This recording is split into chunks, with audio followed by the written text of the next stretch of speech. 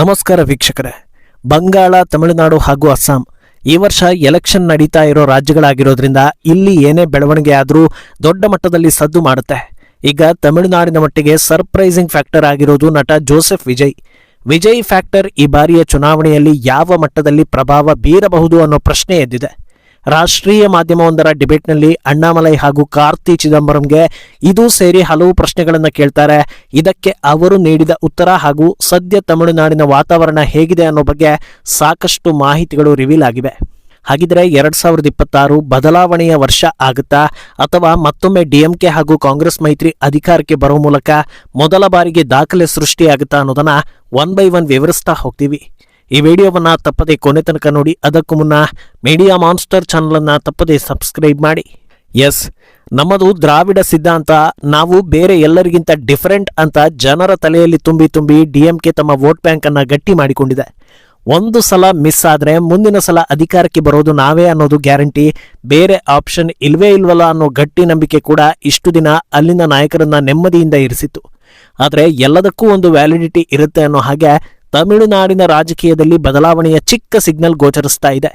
ಹೊಸ ಚಿಂತನೆ ಜನರಲ್ಲಿ ಮೂಡ್ತಾ ಇದೆ ಅನ್ನೋದು ಕೂಡ ಒಂದು ಹಂತದಲ್ಲಿ ಸಾಬೀತಾಗಿದೆ. ಆದರೆ ಇದಕ್ಕೆ ಸರಿಯಾದ ಸಾಕ್ಷಿ ಅನ್ನಿಸ್ಕೊಳ್ಳೋದು ಎಲೆಕ್ಷನ್ ರಿಸಲ್ಟ್. ಅಲ್ಲಿ ಬದಲಾವಣೆ ಕಾಣಿಸ್ತು ಅಂದ್ರೆ ಅದಕ್ಕೆ ಬೇರೆಯದ್ದೇ ತೂಕ ಇರುತ್ತೆ. ಆದರೆ ಸದ್ಯದ ಪರಿಸ್ಥಿತಿಯಲ್ಲಿ ಅಧಿಕಾರ ಬದಲಾಗಬಹುದು, ಆದರೆ ಸೈದ್ಧಾಂತಿಕ ಬದಲಾವಣೆ ಈ ಬಾರಿ ನಿರೀಕ್ಷಿಸೋದು ಕಷ್ಟ ಅನ್ನೋ ವಾತಾವರಣ ಇದೆ. ಈ ಮಧ್ಯೆ ಎಲ್ಲರ ಅಚ್ಚರಿಗೆ ಕಾರಣ ಆಗ್ತಾ ಇರೋದು ಜೋಸೆಫ್ ವಿಜಯ್. ವಿಜಯ್ ಎಂಟ್ರಿಯಿಂದ ರಾಜಕೀಯದಲ್ಲಿ ಏನಾಗ್ಬೋದು ಅನ್ನೋ ಬಗ್ಗೆ ಅನುಭವಿಗಳ ಅನಿಸಿಕೆ ಬಂದಿದೆ. ವಿಜಯ್ ಬಗ್ಗೆ ಮಾತನಾಡೋ ಅಣ್ಣಾಮಲೈ ಹೇಳೋದು, ವಿಜಯ್ರನ್ನ ನಾವು ನಿರ್ಲಕ್ಷ್ಯ ಮಾಡೋದಿಲ್ಲ, ಅವರನ್ನ ಖಂಡಿತ ಲೆಕ್ಕಕ್ಕೆ ತೆಗೆದುಕೊಳ್ತೀವಿ. ಪ್ರಮುಖವಾಗಿ ಅವರ ಪ್ರಭಾವ ಜೆನ್ಜಿ ಮೇಲೆ ಹೆಚ್ಚಿರಬಹುದು. ಡಿಎಂಕೆ ಹಾಗೂ ಎಐಎಡಿಎಂಕೆ ಎರಡೂ ಬೇಡ, ಅದರ ಬದಲಿಗೆ ನಮಗೆ ಟಿವಿಕೆ ಆಲ್ಟರ್ನೇಟ್ ಆಯ್ಕೆ ಅನ್ನೋ ಲೆಕ್ಕಕ್ಕೆ ಹಲವರು ಬರಬಹುದು ಅನ್ನೋ ಮಾತನ್ನ ಹೇಳ್ತಾರೆ. ಅಲ್ಲಿಗೆ ಈ ಅಭಿಪ್ರಾಯದ ಹಿಂದಿನ ಕಾರಣವನ್ನ ನೋಡ್ತಾ ಹೋಗೋದಾದ್ರೆ, ತಮಿಳುನಾಡು ಹಲವು ಸಿನಿಮಾ ನಟರು ರಾಜಕಾರಣಿಯಾಗಿ ಹಾಗೂ ಸಿಎಂ ಆಗಿರೋದನ್ನ ನೋಡಿರೋ ರಾಜ್ಯ. ರಾಜಕಾರಣಿಯಾಗಿ ಬದಲಾವಣೆ ಕ್ರಾಂತಿ ಮಾಡಿದ ಸಿನಿಮಾ ನಟರು ಕೂಡ ಇದ್ದಾರೆ ಅನ್ನೋದು ವಾಸ್ತವ. ಸಿನಿಮಾದಲ್ಲಿ ಏನೇ ಸಮಸ್ಯೆ ಆದರೂ ಮಿಂಚಿನಂತೆ ಬಂದು ಅದನ್ನ ಸರಿ ಮಾಡೋ ಹೀರೋಗಳು ಸಮಾಜದಲ್ಲೂ ಅದೇ ರೀತಿ ಎಲ್ಲವನ್ನೂ ಸರಿ ಮಾಡ್ತಾರೆ ಅನ್ನೋ ಪ್ರಬುದ್ಧರ ಸಂಖ್ಯೆ ಕೂಡ ಗಮನಾರ್ಹವಾಗಿರೋದ್ರಿಂದ ಜೋಸೆಫ್ ವಿಜಯ್ ಪಾಪ್ಯುಲಾರಿಟಿ ಒಂದು ಹಂತದಲ್ಲಿ ಇಂಪ್ಯಾಕ್ಟ್ ಮಾಡುತ್ತೆ ಅನ್ನೋದು ಅಣ್ಣಾಮಲೈ ಅಭಿಪ್ರಾಯ. ಆದರೆ ಇದೇ ಹೊತ್ತಲ್ಲಿ ವಿಜಯ್ ರಾಜಕೀಯದ ಬಗ್ಗೆ ಇನ್ನೂ ಒಂದಷ್ಟು ವಿಚಾರಗಳನ್ನ ಕೂಡ ಅವರು ಹೇಳ್ತಾ ಹೋಗ್ತಾರೆ. ನೆಗೆಟಿವ್ ವಿಚಾರಗಳ ಬಗ್ಗೆ ಕೂಡ ಅಣ್ಣಾಮಲೈ ಮಾತಾಡ್ತಾರೆ. ಅದು ರಾಜಕೀಯ ಅನುಭವ ಇಲ್ಲ ಅನ್ನೋದು. ಒಬ್ಬ ನಾಯಕ, ಅದರಲ್ಲೂ ಸಿಎಂ ಆಗೋದಕ್ಕೆ ಬರ್ತಾ ಇರೋ ನಾಯಕನಿಗೆ ಅರ್ಹತೆ ಇದೆಯಾ ಇಲ್ವಾ ಅನ್ನೋದು ಅವರ ಮಾತುಗಳಲ್ಲಿ, ಭಾಷಣಗಳಲ್ಲಿ ಗೊತ್ತಾಗುತ್ತೆ. ಆದರೆ ಇದುವರೆಗೂ ವಿಜಯ್ ಎಲ್ಲರೂ ಒಂದೇ, ಸಮಾನತೆ ಅಂತ ಹೇಳ್ಕೊಳ್ತಾ ಓಲೈಕೆ ಮಾಡ್ತಾ ಇದ್ದಾರೆ ಹೊರತು ಅಭಿವೃದ್ಧಿ ಬಗ್ಗೆ ಅವರ ವಿಷನ್ ಏನು ಅನ್ನೋದು ಯಾರಿಗೂ ಗೊತ್ತಾಗಿಲ್ಲ. ತಮ್ಮ ರೀತಿ ಓಲೈಕೆ ಮಾಡೋ ಎಲ್ಲಾ ನಾಯಕರು ಸಿಎಎ ಎಸ್ಐಆರ್ ವಿರೋಧ ಮಾಡ್ತಾ ಇದ್ದಾರೆ ಅಂತ ತಾವು ವಿರೋಧ ಮಾಡಿದ್ರು. ಆದರೆ ಯಾವ ಕಾರಣಕ್ಕೆ ವಿರೋಧ ಮಾಡ್ತಾ ಇದ್ದೀರಿ, ಆ ಪಾಲಿಸಿಯಲ್ಲಿ ಏನಿದೆ ಅಂತ ಅಣ್ಣಾಮಲೈ ಪ್ರಶ್ನೆ ಮಾಡಿದ್ರೆ ಉತ್ತರವೇ ಇಲ್ಲ. ಇದು ರಾಜಕೀಯ ಜ್ಞಾನ ಇಲ್ಲ ಅನ್ನೋದಕ್ಕೆ ದಾರಿ ಮಾಡಿಕೊಟ್ಟಿತು. ಇದು ವಿಜಯ್ಗೆ ಡ್ರಾಬ್ಯಾಕ್ ಅಂತ ಹೇಳಲಾಗ್ತಾ ಇದೆ. ಅಲ್ಲದೆ ವಿಜಯ್ ಪ್ರಕಾರ ತಮಿಳುನಾಡಿನ ಸದ್ಯದ ಶಾಸಕರು ವಯಸ್ಸಾದವರು, ಜನರು ಅವರನ್ನ ತಿರಸ್ಕರಿಸ್ತಾರೆ ಅಂತ ಅಂದ್ಕೊಂಡಿದ್ದಾರೆ. ಆದರೆ ಇದು ವಾಸ್ತವ ಅಲ್ಲ. ಆಯಾ ಕ್ಷೇತ್ರಗಳಲ್ಲಿ ಶಾಸಕರ ಮೇಲಿನ ಆಡಳಿತ ವಿರೋಧಿ ಅಲೆ ಬಹಳ ಚಿಕ್ಕ ಮಟ್ಟದಲ್ಲಿ ಇದೆ. ಆದ್ರಿಂದ ಬಿಹಾರದಲ್ಲಿ ಪ್ರಶಾಂತ್ ಕಿಶೋರ್ ರೀತಿ ವಿಜಯ್ ಆದರೂ ಅಚ್ಚರಿ ಇಲ್ಲ ಅಂತ ಹೇಳ್ತಾರೆ. ಇನ್ನು ಇದೇ ಹೊತ್ತಲ್ಲಿ ಕಾಂಗ್ರೆಸ್ ಹಿರಿಯ ನಾಯಕ ಚಿದಂಬರಂ ಪುತ್ರ ಕಾರ್ತಿ ಚಿದಂಬರಂ ಕೂಡ ವಿಜಯ್ ಮೇಲೆ ತಮ್ಮ ಅನಿಸಿಕೆಯನ್ನು ಹೇಳ್ತಾರೆ. ವಿಜಯ್ಗೆ ದೊಡ್ಡ ಮಟ್ಟದ ಅಭಿಮಾನಿ ಬಳಗ ಇದೆ, ಆದ್ರಿಂದ ಅವರು ಕೂಡ ಪ್ರಮುಖರಾಗ್ತಾರೆ ಅನ್ನೋದನ್ನ ಒಪ್ಪಿಕೊಳ್ತಾರೆ. ಆದರೆ ಕಂಡೀಷನ್ಸ್ ಅಪ್ಲೈ ಅನ್ನೋ ಹಾಗೆ ಯಾವ ಸವಾಲ್ ಇದೆ ಅನ್ನೋದನ್ನು ಕೂಡ ಹೇಳ್ತಾ ಹೋಗ್ತಾರೆ. ಸಿನಿಮಾ ನಟರು ಬಂದಾಗ ಜನ ಸೇರೋದು ಸಹಜ, ಆದರೆ ಅದು ವೋಟ್ ಆಗಿ ಕನ್ವರ್ಟ್ ಆಗೋದು ಸುಲಭದ ವಿಚಾರ ಅಲ್ಲ. ವಿಜಯ್ ವಿಚಾರದಲ್ಲಿ ಒಂದಷ್ಟು ವೋಟ್ಗಳು ಖಂಡಿತ ಬಂದೇ ಬರುತ್ತೆ. ಆದರೆ ಆ ವೋಟ್ಗಳು ಹೆಚ್ಚಿನ ಸೀಟ್ಗಳನ್ನ ಗೆದ್ದುಕೊಂಡು ಬರೋ ಪ್ರಮಾಣದಲ್ಲಿ ಇರುತ್ತಾ ಅಂತ ಕೇಳಿದರೆ ನನಗೆ ಅನುಮಾನ ಇದೆ ಅಂತ ಹೇಳ್ತಾರೆ. ಹಾಗೆ ಮುಂದುವರೆದು ಹೆಚ್ಚು ಸೀಟ್ ಗೆಲ್ಲಬೇಕು ಅಂದರೆ ತಳಮಟ್ಟದಿಂದ ಸಂಘಟನಾ ಶಕ್ತಿ ಬಲವಾಗಿರಬೇಕು. ಇದು ಒಂದೆರಡು ದಿನದಲ್ಲಿ ಆಗೋ ಕೆಲಸ ಅಲ್ಲ, ಇದು ವಿಜಯ್ಗೆ ಹಿನ್ನಡೆ ತರಿಸೋ ವಿಚಾರ ಅಂತ ಹೇಳ್ತಾರೆ. ಅಲ್ಲದೆ ಆರಂಭದಲ್ಲಿ ಯಾರೊಂದಿಗೂ ಮೈತ್ರಿ ಇಲ್ಲ ಅಂತ ಹೇಳುವಾಗ ಒಂದು ಹಂತದಲ್ಲಿ ಕ್ಲೀನ್ ಇಮೇಜ್ ಇತ್ತು. ಆದರೆ ಯಾವಾಗ ಕರೂರು ಘಟನೆ ನಡೀತೋ ಅದರ ಬಳಿಕ 41 ಜನರ ಪ್ರಾಣಹಾನಿ ವಿಚಾರ ಆಗಾಗ ಹಿನ್ನಡೆ ತರಿಸ್ತಾ ಇದೆ ಅನ್ನೋ ಚರ್ಚೆ ಇದೆ.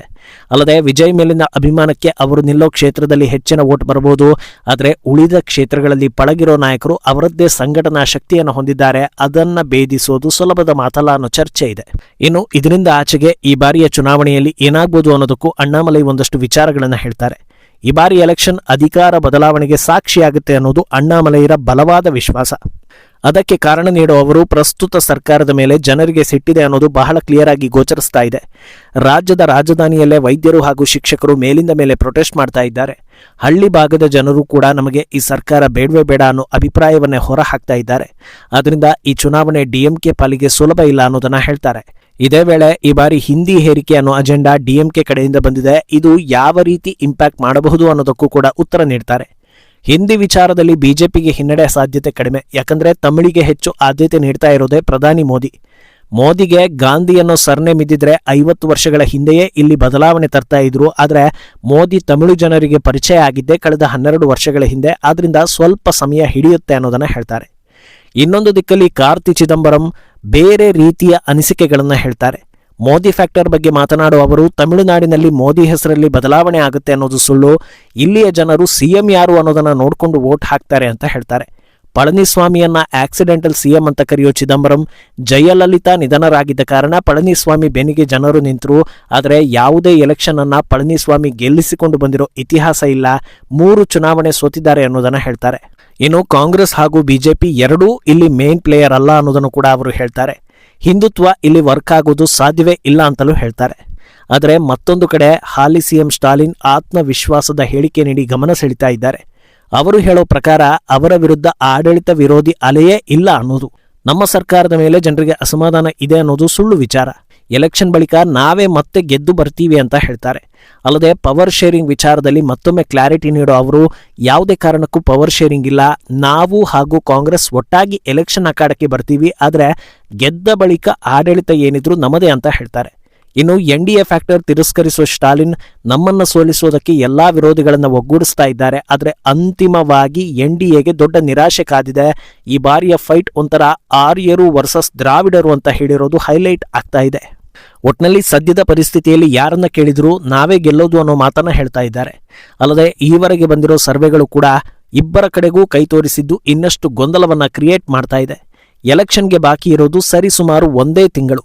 ಈ ಗ್ಯಾಪ್ನಲ್ಲಿ ಏನಾದರೂ ದೊಡ್ಡ ಬೆಳವಣಿಗೆ ನಡೆದು ಎಲೆಕ್ಷನ್ ಒನ್ ಸೈಡೆಡ್ ಆಗುತ್ತಾ ಅಥವಾ ರಿಸಲ್ಟ್ ಬರೋ ತನಕವೂ ಸಸ್ಪೆನ್ಸ್ ಇದೇ ರೀತಿಯಲ್ಲಿ ಇರುತ್ತಾ ಅನ್ನೋದು ಸದ್ಯದ ಪ್ರಶ್ನೆ. ಮುಂದೇನಾಗುತ್ತೆ ಅನ್ನೋದನ್ನ ಕಾದು ನೋಡಬೇಕು. ಈ ಬಗ್ಗೆ ನಿಮ್ಮ ಅಭಿಪ್ರಾಯವನ್ನು ತಪ್ಪದೆ ಕಮೆಂಟ್ ಮೂಲಕ ತಿಳಿಸಿ.